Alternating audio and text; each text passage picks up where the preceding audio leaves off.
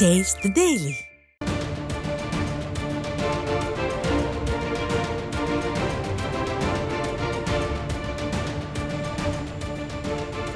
அண்மை செய்தி.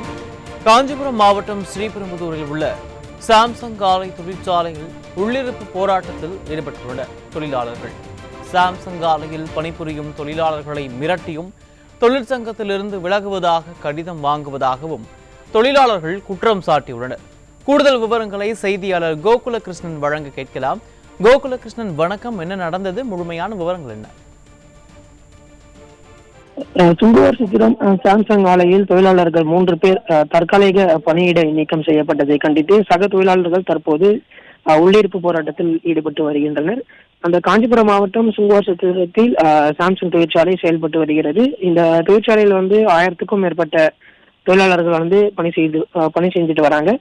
கடந்த ஆண்டு தொழிற்சங்கம் அங்கீகாரம், ஊதிய உயர்வு போன்ற 8 அம்ச கோரிக்கைகளை வலியுறுத்தி போராட்டம் நடத்தி வந்தனர்.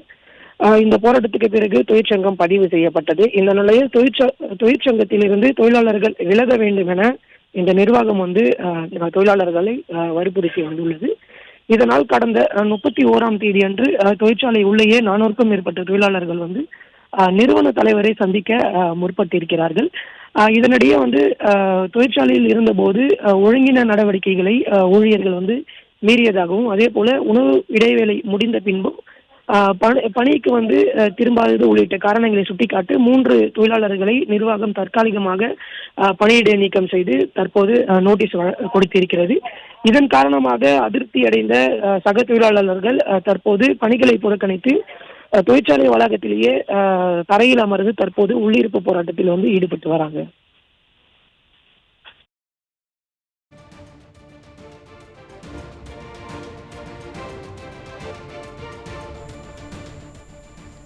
கூடுதல் விவரங்களுக்கு நன்றி கோகுலகிருஷ்ணன்.